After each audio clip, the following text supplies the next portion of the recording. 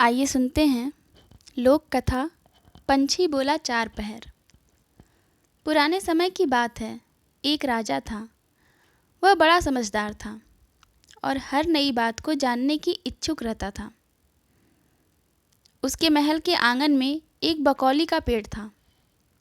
रात को रोज नियम से एक पक्षी उस पेड़ पर आकर बैठता और रात के चारों पहरों के लिए अलग अलग चार तरह की आवाज़ें निकालता। पहले पहर में कहता, किस मुख दूध पिलाऊं, किस मुख दूध पिलाऊं। दूसरे पहर कहने लगता, ऐसा कहूँ न दीख, ऐसा कहूँ न दीख। जब तीसरा पहर आता तो कहने लगता, अब हम करबूं का, अब हम करबूं का। जब चौथा पहर शुरू होता तो वह कहता, सब बम्मन मर जाएं, सब बम्मन मर जाएं। राजा रोज रात को जागकर पक्षी के मुख से चारों पहर की चार अलग अलग बातें सुनता।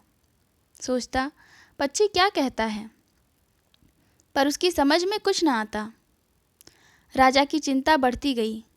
जब वह उसका अर्थ निकालने में असफल रहा तो हार कर उसने अपने पुरोहित को बुलाया। उसे सब हाल सुनाया और उससे पक्षी के प्रश्नों का उत्तर पूछा। पुरोहित ने एक साथ उत्तर नहीं दे सका। उसने कुछ समय की मोहलत मांगी और चिंतित होकर घर चला गया। उसके सिर में राजा की पूछी गई चारों बातें बराबर चक्कर काटती रहीं। वह बहुतेरा सोचता, पर उसे कोई जवाब न सूझता।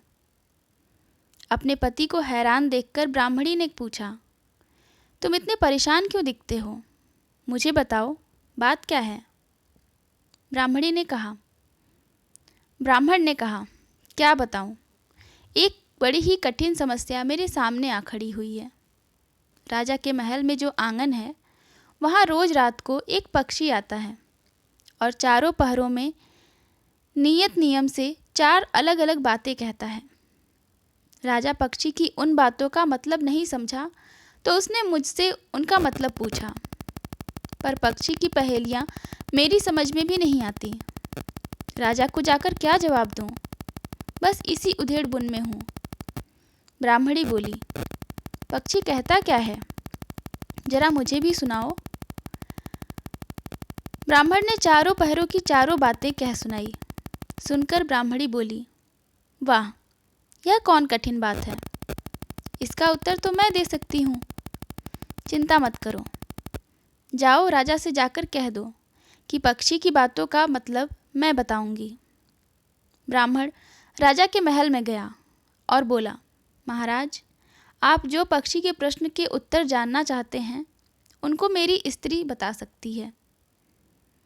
पुरोहित की बात सुनकर राजा ने उसकी स्त्री को बुलाने के लिए पालकी भेजी। ब्राह्मणी आ गई। राजा रानी ने उसे आदर से बिठाया।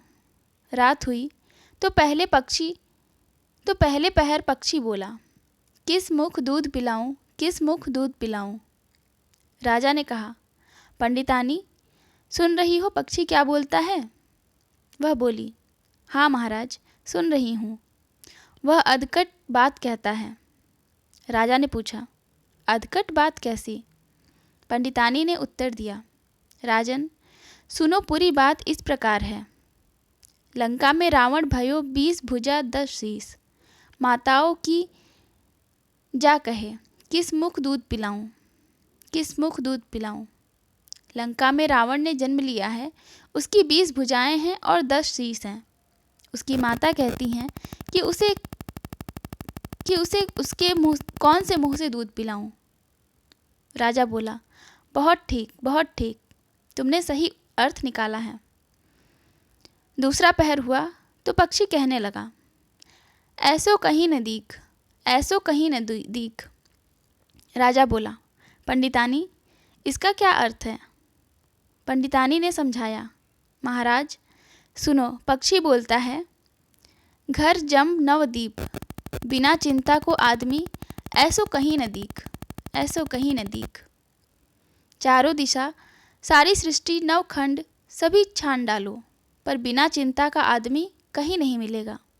मनुष्य को कोई न कोई चिंता हर समय लगी ही रहती है। कहिए महाराज, सच है कि नहीं?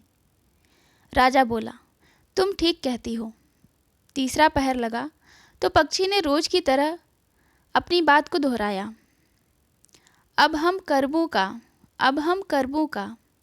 ब्राह्मणी राजा से बोली, महाराज, इसका मर्म भी मैं आपको बतला देती हूँ, सुनिए।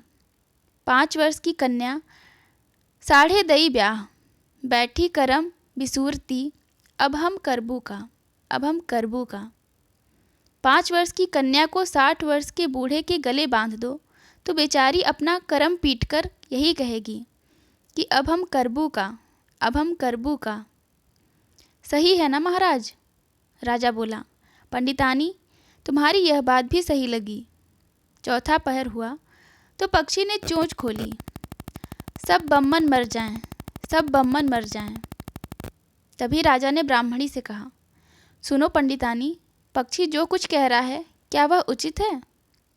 ब्राह्मणी मुस्काई और कहने लगी, महाराज, मैंने पहले ही कहा है कि पक्षी अधकट बात कहता है। वह तो ऐसे सब ब्राह्मणों के मरने की बात कहता है, विश्वासंगत जो करे, सुरा मांस जो खाए, बिना सपरे भोजन करे, वह सब बम्मन मर जाएं, वह सब बम्मन मर जाएं।